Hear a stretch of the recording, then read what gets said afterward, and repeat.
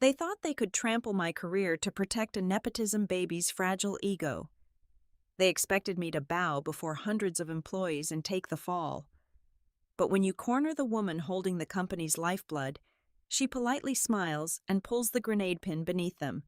I turned their demanded apology into a legal catastrophe, blowing up an $80 million contract. Want to know how I destroyed an arrogant executive? Listen closely. Hello, amazing listeners of the Boss Revenge Stories channel.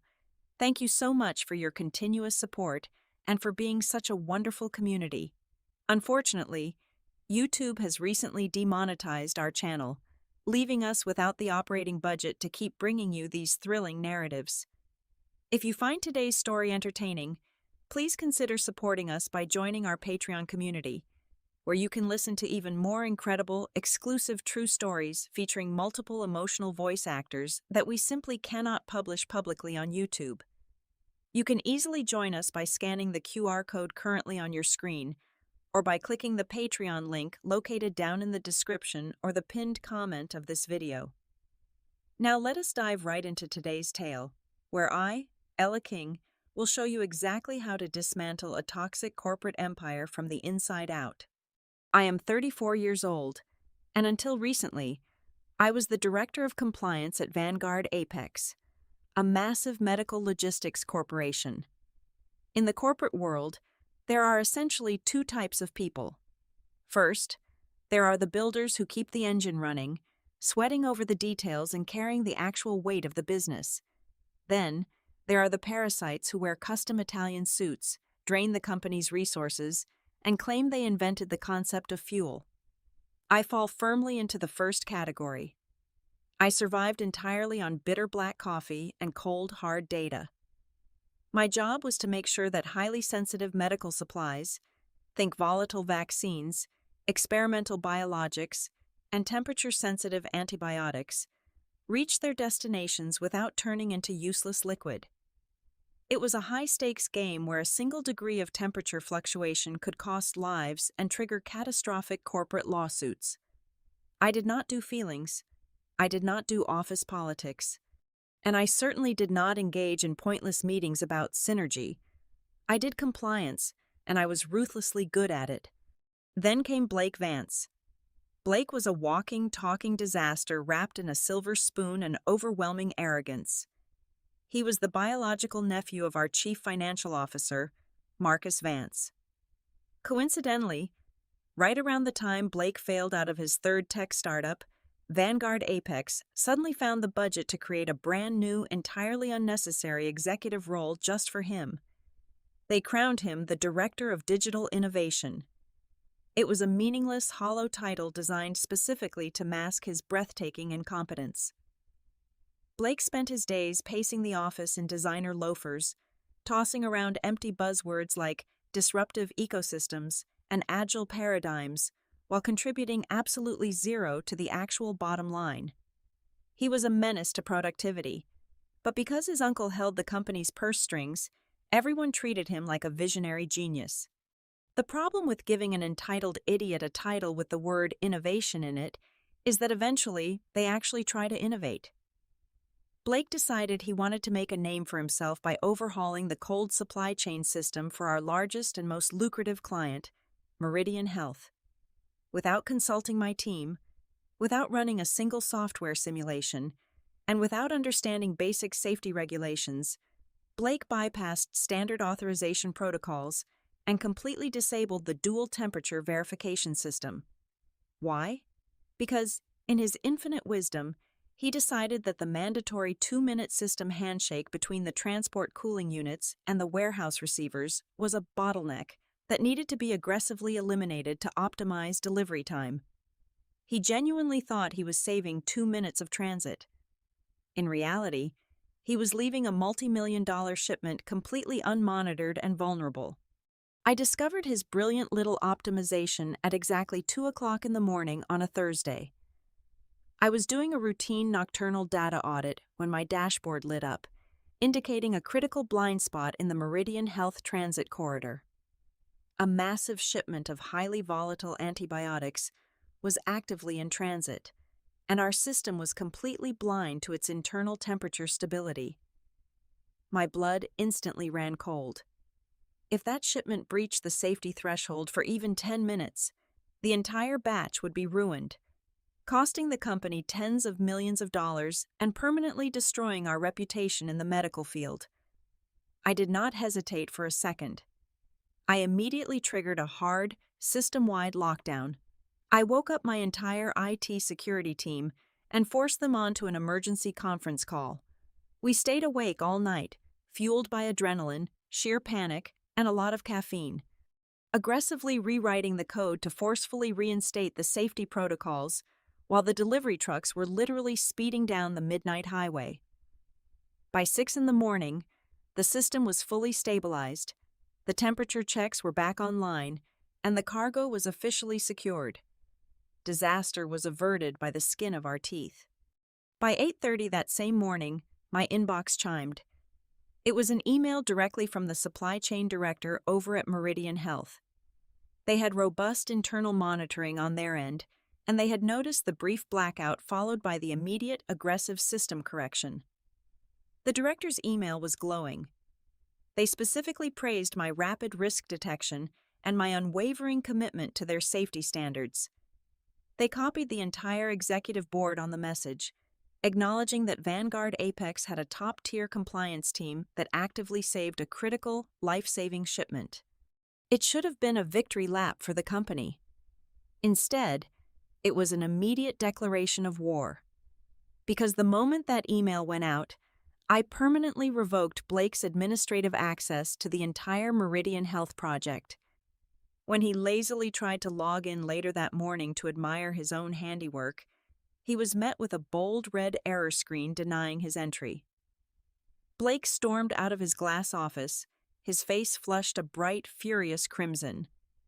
He had been stripped of his expensive new toy, stripped of his authority, and publicly humiliated in front of the most important partner we had. But Blake did not come to argue with me. He knew I would crush him instantly with the data logs. Instead, like a petulant child who had just had his favorite video game confiscated, he spun around on his expensive heels and marched straight toward the executive elevators. He went directly to the luxurious corner office of the one man who could protect his fragile, unearned ego. He went to his powerful uncle, Marcus. The invisible storm had just made landfall, and I was standing directly in its path. The glowing commendation from our top client should have been my impenetrable shield. In a rational, functional corporate ecosystem, saving a key account would have guaranteed an immediate bonus, or, at the very least, a profound nod of professional respect. Instead, that very email was swiftly weaponized against me. By 2:15 that afternoon, a sterile, ominous calendar invite materialized in my inbox. The sender was Marcus Vance, our chief financial officer. The subject line read simply, Leadership Alignment. There was no agenda attached, and no other executives were invited. I knew exactly what that meant.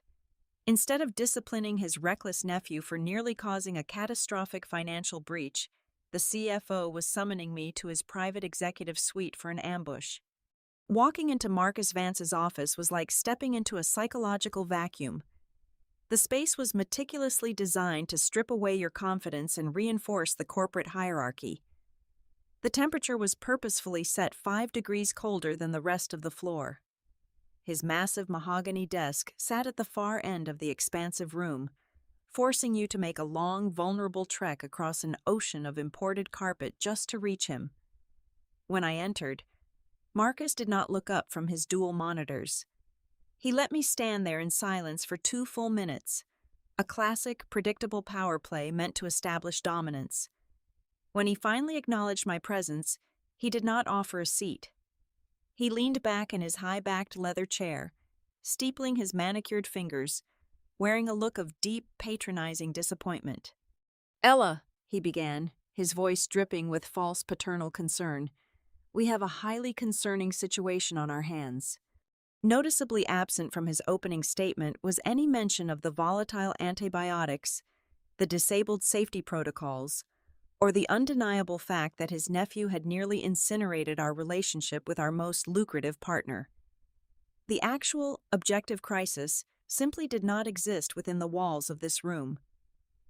Marcus seamlessly shifted the narrative, rewriting reality in real time to suit his agenda. He leaned forward, fixing me with a cold, unblinking stare. "I am deeply troubled by your erratic behavior regarding the Meridian Health account," Marcus said softly, employing the textbook tone of an abusive corporate gaslighter. "You completely bypassed senior management. You went rogue. We operate as a cohesive unit here, Ella. What you did last night was chaotic, insubordinate, and quite frankly, highly unprofessional." I stood perfectly still, my posture rigid. The sheer audacity of his words hung heavily in the freezing air. He was actively accusing me of insubordination for doing exactly what my job description and federal regulations mandated me to do. Marcus did not stop there. He began to systematically dismantle my character and my professional integrity. "You are demonstrating a severe lack of team spirit," he continued, shaking his head as if I were a rebellious teenager. "Blake is trying to bring this antiquated company into the future. He is implementing necessary digital innovation, and instead of supporting him, you display a hostile, deeply resistant attitude. You intentionally locked him out of his own project and rushed to fix a minor system anomaly just so you could parade yourself in front of the client.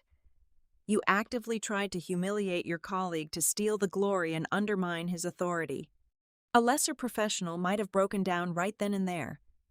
They might have raised their voice, cried out of sheer frustration, or desperately tried to defend their righteous intentions. I did none of those things. I knew from years of experience that showing any flicker of emotion would only give him the ammunition to label me as hysterical, irrational, or difficult to manage. I maintained a terrifying, icy calmness.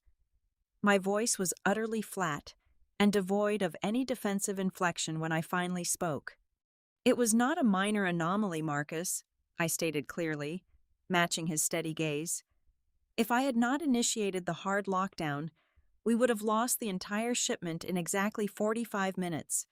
That represents $12 million in ruined, unsalvageable product. Furthermore, the mandatory breach notification clause in our service contract would have triggered an automatic penalty of $5 million, plus the immediate termination of the Meridian partnership.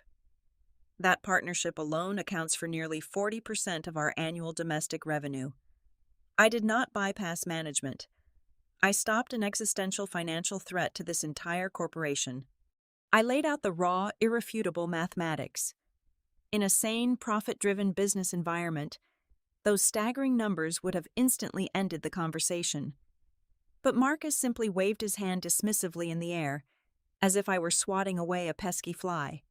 "Those are just dramatic hypotheticals, Ella," he scoffed, completely ignoring the hard, documented data. "You are vastly exaggerating the risk to justify your inappropriate power grab. Blake had the situation entirely under control." It was in that precise, suffocating moment that the ugly truth of the modern corporate world crystallized in my mind. This closed-door meeting was never about performance metrics, compliance policies, or protecting the company's financial assets. It was a brutal intimidation tactic designed solely to protect a deeply entrenched system of nepotism. Marcus did not care about the $12 million. He did not care about the safety of the medical supplies. He only cared that his precious bloodline had been disrespected. In his twisted, privileged reality, the fragile ego of a male executive was vastly more valuable than the actual, tangible profits of the corporation. The unspoken message vibrating in the room was loud and clear. At Vanguard Apex, the Vance family could do no wrong.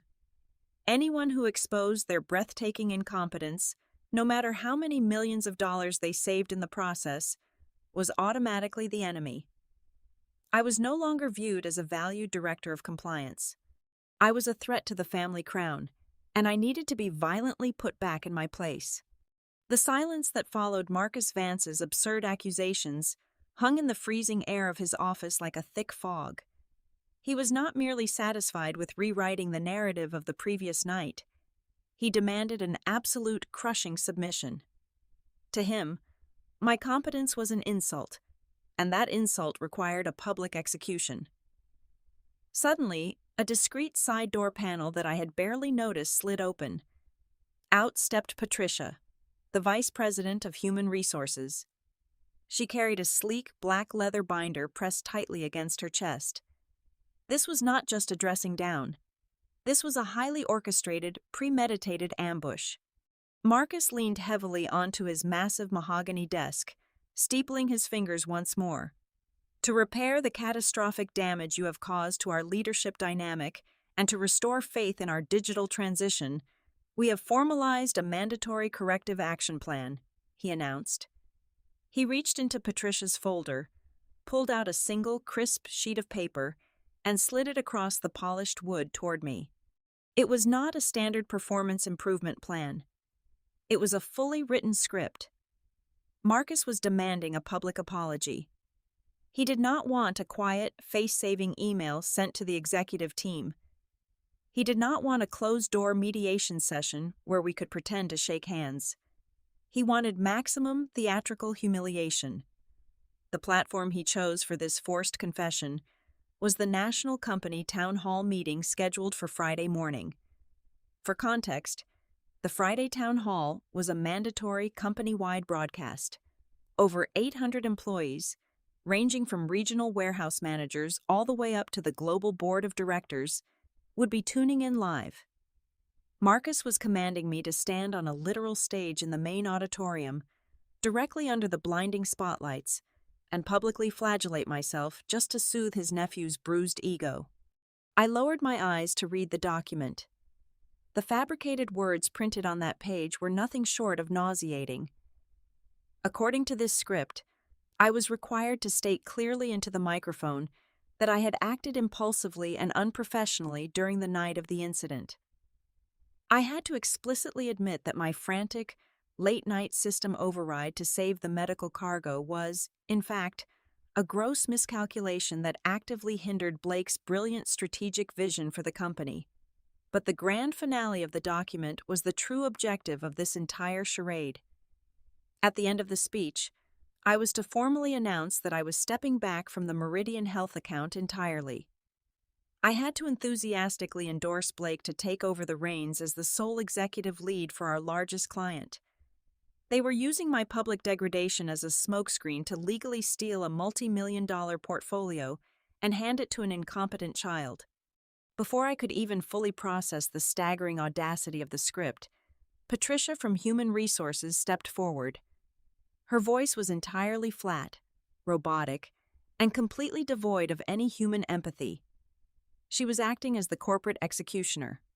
Refusal to comply with this specific corrective directive, she recited, sounding exactly like an automated machine reading terms and conditions, will be officially classified as gross insubordination and a hostile refusal to collaborate. Under our corporate code of conduct, this constitutes immediate grounds for termination with cause. That means your employment will end effective immediately, with absolutely no severance package, the immediate forfeiture of all accrued health benefits, and the permanent revocation of your unvested stock options. The threat was naked and absolute. They had backed me into a corner with surgical precision. They sat back in their expensive leather chairs, silently waiting for the inevitable break. They fully expected tears. They anticipated a furious, shaking outburst of righteous indignation. They wanted me to scream about the injustice, to yell about the facts, to prove their carefully crafted narrative that I was an unstable, overly emotional woman who was fundamentally unfit for senior leadership. They desperately wanted a messy fight, so they could justify bringing down the axe and destroying my reputation in the industry. Instead, an incredible icy calm washed over my entire body. I did not blink. I did not shift my weight.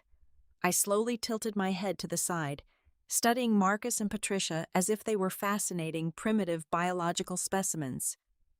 I let the heavy silence stretch out for a long time, allowing the tension in the room to become palpable and deeply uncomfortable for them.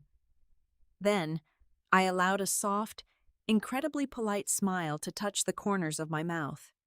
I looked directly into Marcus Vance's eyes, maintaining absolute, unwavering eye contact, and delivered my one and only line. "I understand. I will do exactly what you want on Friday." Marcus exhaled sharply, a deep breath of relief masked by a smug, victorious smirk spreading across his face. At that exact moment, the side door opened again, and Blake strutted into the office. He had clearly been standing in the adjoining room, eagerly listening to the entire exchange. Blake shot me a triumphant, mocking grin, thoroughly convinced that he had just conquered his greatest obstacle. Marcus dismissed me with a lazy wave of his hand. As I turned and walked out of the freezing suite, they reveled in their perceived victory, utterly convinced they had just crushed my spirit and secured their nepotistic empire forever. They had absolutely no idea that my polite little nod was the signed death warrant for both of their careers. I walked back to my office. The corporate floor was bustling with the usual afternoon noise, oblivious to the assassination attempt on my career that had just occurred. I stepped inside my workspace, gently pulled the heavy glass door shut until the magnetic lock clicked, and twisted the privacy blinds shut. I did not throw anything. I did not dramatically sweep papers off my desk. I certainly did not vent to my colleagues over the company messaging app or post a cryptic, passive-aggressive update on social media. Anger is a useless, highly volatile emotion that makes you sloppy. I prefer cold, calculating precision. I sat down at my ergonomic chair, woke up my workstation, and bypassed the standard company intranet. Instead, I navigated deep into my system architecture and opened a deeply nested, heavily encrypted folder that only my personal biometric fingerprint could unlock. It was time to unveil a secret I had been quietly nursing for a third of a year. 4 months ago, Vanguard Apex was up for our annual security and compliance recertification with Meridian Health. Because medical logistics is a highly regulated sector, the client's legal team is notoriously ruthless. During those negotiations, I had several off-the-record conversations with Meridian's lead compliance attorney. We both shared a mutual, unspoken understanding that the executive suite at Vanguard Apex was becoming dangerously focused on vanity metrics rather than actual pharmaceutical safety. Meridian trusted me implicitly. They absolutely did not trust the nepotistic leadership of the Vance family. So, working quietly alongside their external legal department, I drafted and embedded a highly specific, non-negotiable legal tripwire into the final 70-page service-level agreement. We called it the Risk Lock Clause. The language of the Risk Lock Clause was a masterpiece of corporate legal framing. It explicitly designated Ella King as the sole authorized safety officer for the entire Meridian Health portfolio. The clause legally bound my specific identity, not just my job title, to the operational integrity of their supply chain. It dictated that if my administrative authority was ever altered, diminished, or bypassed, or if I was removed from the account without a mandatory, rigorously documented 90-day transition period that had to be physically signed and approved by Meridian's own executive board, it would trigger an automatic, unoverwritable system security breach. The moment that clause was violated, Meridian's automated vendor verification system was programmed to instantly revoke Vanguard Apex's digital contractor status. All shipping manifests would freeze. All warehouse access would be denied. The entire $80 million logistics operation would hit a reinforced brick wall. The true beauty of this trap lay in the sheer, unadulterated laziness of our own internal legal department. When I presented the finalized 70-page renewal contract to Vanguard's internal counsel 4 months ago, they barely skimmed the executive summary.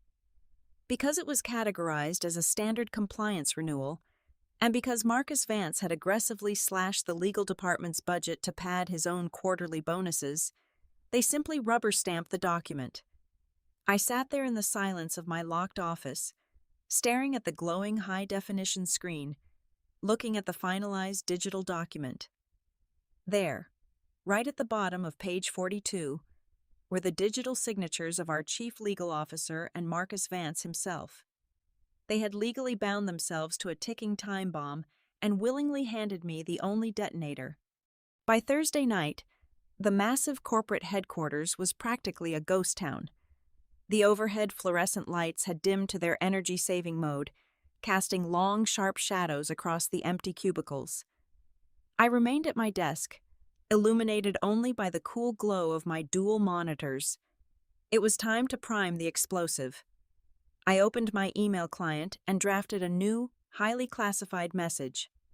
In the recipient line, I bypassed my direct manager and instead populated the addresses for the entire global board of directors, the chief legal officer, and the global head of human resources. The subject line was incredibly sterile and unassuming, designed to bypass any panic filters. I attached 2 PDF documents. The first was my formal letter of resignation, stating that due to unethical directives from senior management forcing me to compromise federal safety standards and relinquish control to unauthorized personnel, I was terminating my employment effective immediately.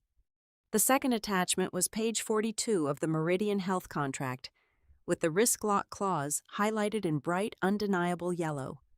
I did not hit send. Instead, I opened the advanced delivery options and scheduled the email to automatically dispatch from the secure server at exactly 9 o'clock the following morning. The timing was highly deliberate. 9 o'clock was the exact minute the National Town Hall meeting was scheduled to begin. With the digital trap perfectly set, I began the physical erasure of my existence at Vanguard Apex. I pulled a medium-sized cardboard box from the supply closet and methodically packed away my personal life. I took my framed photograph, my customized mechanical keyboard, my titanium coffee mug, and a few reference books. There was nothing left to indicate I had spent 5 years building their compliance infrastructure from the ground up. I then ran a military-grade wiping protocol on my workstation, purging all my saved passwords, personal browsing history, and most importantly, explicitly deleting all my biometric authentication data from the local hardware. Anyone trying to access my local administrator accounts after I left would find a completely sterile factory reset machine. Everything was done in absolute methodical silence. I picked up my cardboard box, turned off my desk lamp, and walked out into the empty hallway, leaving the locked door behind me. Friday morning arrived with the suffocating, heavy atmosphere of a highly anticipated public execution. The main corporate auditorium, a massive amphitheater designed for grand company announcements, was packed to maximum capacity. Over 800 employees had filed into the rows of plush seats, their low murmurs creating a nervous, buzzing hum that vibrated through the floorboards. High-definition cameras were positioned at all 4 corners of the room, broadcasting a live, mandatory feed to every regional office and warehouse across the country. I stood in the backstage wings, listening to the crowd. My heart rate was a steady, resting 60 beats per minute.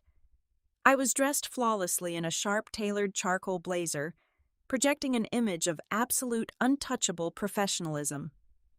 Through the heavy velvet curtains, I could clearly see the primary players of this pathetic corporate theater.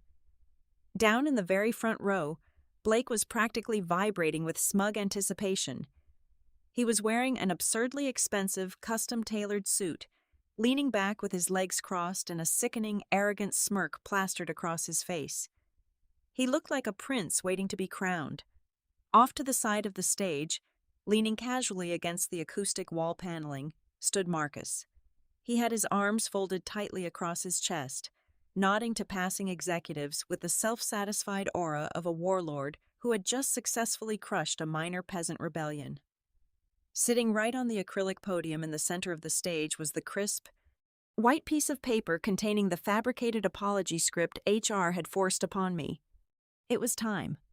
I stepped out from the shadows of the wings and walked directly into the blinding glare of the stage spotlights. My heels clicked rhythmically against the polished hardwood floor, steady and purposeful. I did not shake. I did not keep my eyes glued to the floor. I walked with the posture of someone who owned the entire building. As I reached the center podium, the low murmur of the crowd immediately died down, replaced by a thick, suffocating tension. I reached out and tapped the head of the microphone twice with my index finger. The sharp feedback echoed loudly through the massive room. Every single pair of eyes and every single camera lens locked directly onto me. I looked down at the HR script sitting on the podium. Then, I smoothly slid it to the side, completely ignoring it. I lifted my chin, looked right past Blake's grinning face, bypassed Marcus's watchful eyes, and stared dead center into the glowing red recording lens of the primary broadcasting camera. I needed this precise moment etched permanently into the corporate digital archives. "Good morning," I said, my voice projecting clearly and powerfully through the surround sound speakers. Per the direct and explicit instructions of our Chief Financial Officer, Marcus Vance, I have been formally ordered to hand over all safety authorization protocols and operational oversight to Blake. I paused just long enough to let their names ring out across the silent auditorium. "However," I continued, my tone dropping to a razor-sharp edge, "because I absolutely cannot and will not compromise my professional ethical standards, I cannot comply with this reckless mandate. Therefore, I am officially relinquishing all my authority, and I am resigning from this corporation, effective this exact minute."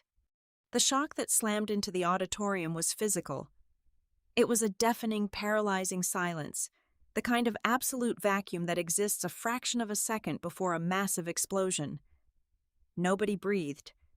Down in the front row, the arrogant smirk slid right off Blake's face, instantly replaced by a slack-jawed mask of pure, unadulterated confusion.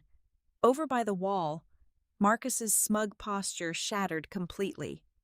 He dropped his arms, his entire body stiffening as the blood drained rapidly from his face, turning his skin a sickly pale gray.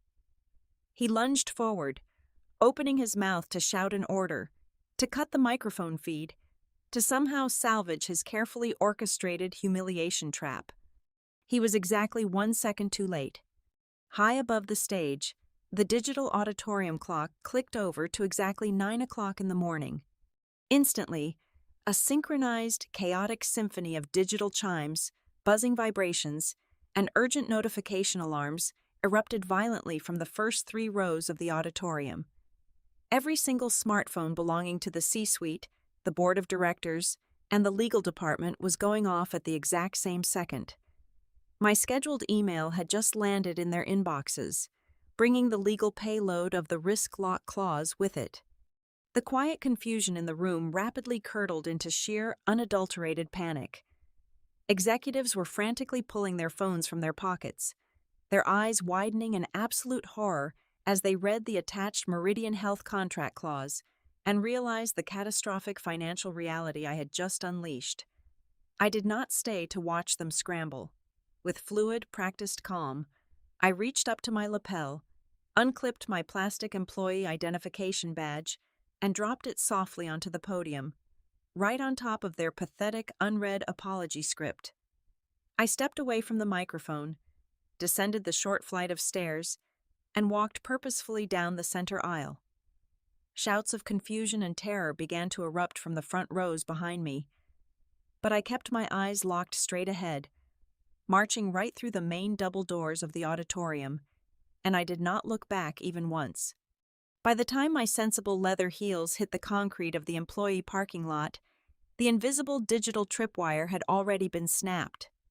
The exact moment our internal human resources server updated my employment status to terminated, the automated application programming interface connecting Vanguard Apex to Meridian Health detected the personnel change. It was an instant, merciless algorithmic guillotine. Across the country, deep within Meridian's secure data centers, server dashboards that were normally a calm, steady green suddenly flashed a blinding, violent red. The risk lock clause was executed with ruthless digital efficiency. Every single access token, every logistics portal, and every warehouse clearance badge associated with Vanguard Apex was instantly revoked. Back inside the corporate headquarters, The aftermath of my exit was absolute bedlam. The chief legal officer, a man who usually moved with the slow, arrogant lethargy of someone who never had to read the fine print, came sprinting down the main hallway toward the executive suites. He burst through the heavy glass doors of the boardroom where Marcus had just retreated, his face a terrifying shade of purple. He did not bother with pleasantries. He took the heavy 70-page bound contract and hurled it violently across the room, striking Marcus squarely in the chest. "Do you have any idea what you just did?" the legal officer screamed, his voice cracking with sheer panic. "You forced out the only authorized safety officer. You triggered a breach of contract. Meridian just locked us out of the entire system. Our trucks cannot move. Our warehouses are frozen. You just blew up an $80 million revenue stream because you wanted to play office politics with your nephew." Marcus, still reeling from the public humiliation in the auditorium, scrambled backward, his eyes wide with a sudden, dawning terror. He looked toward the door just as Blake came rushing in, completely breathless and sweating profusely in his expensive suit. Blake ran straight to the nearest executive computer terminal. He was frantically mashing the keyboard, desperately trying to log into the logistics matrix to manually override the global system freeze using his newly acquired administrative privileges. A loud, harsh error buzzer echoed from the computer speakers. Blake tried again, typing faster, panic radiating from his shaking hands. "It is not letting me in," Blake stammered, his voice trembling. "The system is demanding a secondary authorization. It wants a biometric scan." That was my final, beautiful twist of the knife. Just 1 week prior, to comply with newly updated federal pharmaceutical transport laws, I had quietly integrated a hard-coded biometric authentication firewall into the physical release protocols of the shipping docks. It was a layer of security that Blake, in his infinite ignorance, had completely failed to notice. I was the only person with a registered fingerprint. Without my physical presence, not a single refrigerated truck carrying Meridian's medical supplies could legally roll out of the loading bays. The entire supply chain was paralyzed. Before Marcus could even attempt to comprehend the scale of the disaster, his desk phone rang. It was not a call. It was an emergency digital fax from the General Counsel of Meridian Health. It was a formal, brutally worded ultimatum.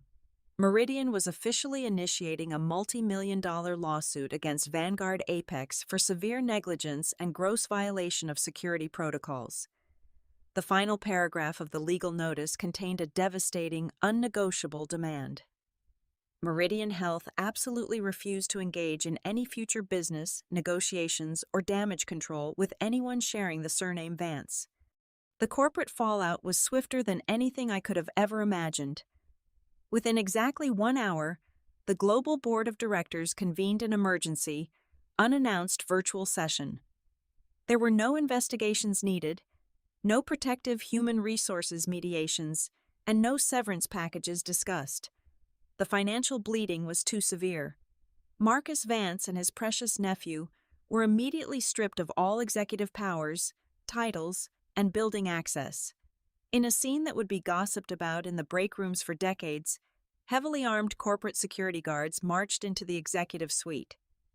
Right in the middle of a Friday afternoon, in broad daylight, the untouchable chief financial officer and the arrogant director of digital innovation were physically escorted out of the building, carrying nothing but small cardboard boxes, facing pending federal investigations for financial fraud and gross corporate mismanagement. 5 miles away from that burning corporate wreckage, the atmosphere was entirely different. I was sitting at a quiet, sunlit corner table in my favorite artisan cafe. The air smelled beautifully of roasted espresso beans and fresh pastries.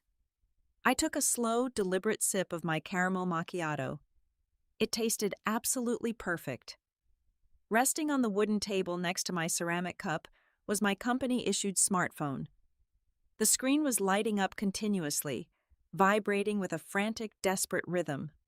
I watched the notification counter climb. There were 43 missed calls, all from the panicked members of the board of directors. My inbox was overflowing with urgent, pleading emails, officially begging me to return to my position immediately, offering to triple my previous salary, promising me a corner office, and guaranteeing complete, unquestioned autonomy. I looked at the flashing screen for a long moment. I felt no anger, no vindication, just a deep, profound sense of peace. I picked up the vibrating device, walked over to the stainless steel trash receptacle near the cafe entrance, and casually dropped the phone inside. I walked back to my table, sat down, picked up my coffee, and smiled. I was finally free, and the taste of pure, unadulterated justice had never been sweeter.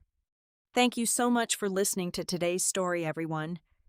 I would absolutely love to know where you are tuning in from, so please drop your city or country in the comments below. If you enjoyed this thrilling ride and want to hear even more incredible, exclusive true stories of corporate revenge that we simply cannot publish on YouTube, please help support our demonetized channel by joining our Patreon family. You can easily join us by scanning the QR code right here on your screen, or by clicking the Patreon link down in the description or the pinned comment. Your support means the world to us, and we will see you in the next story.